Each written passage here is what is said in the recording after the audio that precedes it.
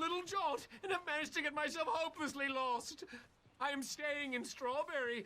If you could just guide me back. Can't think of a good reason to say no. Oh, thank you, sir.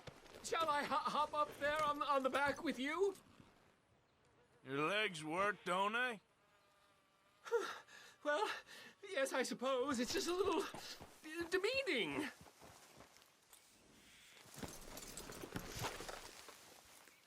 What are you doing out here anyway? It clearly ain't your natural habitat.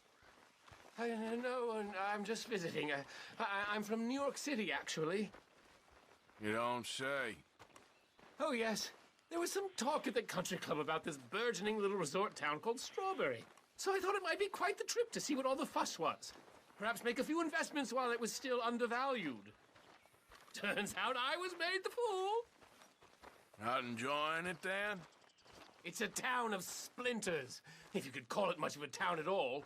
I'd hardly stepped off the carriage and I'd taken in the whole place. I suppose some might call it charming. Let me tell you, charm is not worth much these days. You show me a timber frame shack and I'll show you Broadway. And meanwhile you have this mayor, a quite intolerable blowhard. A little bespoke woodwork and he thinks this is a cultural hub? The man's completely deluded. Well, I should give him some credit. He must be quite the salesman. He did get me out here after all, more fool me. Now I'm tromping through the leaves and the muck with some cowboy. No offense. Little taken.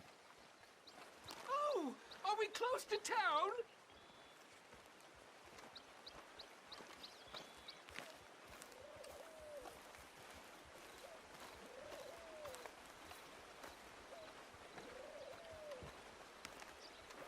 Sir, you've rescued me from the depths! You seem quite the resourceful sort, sir. If for some reason you plan to spend any time in Strawberry, you may want to look into that gabbing mayor.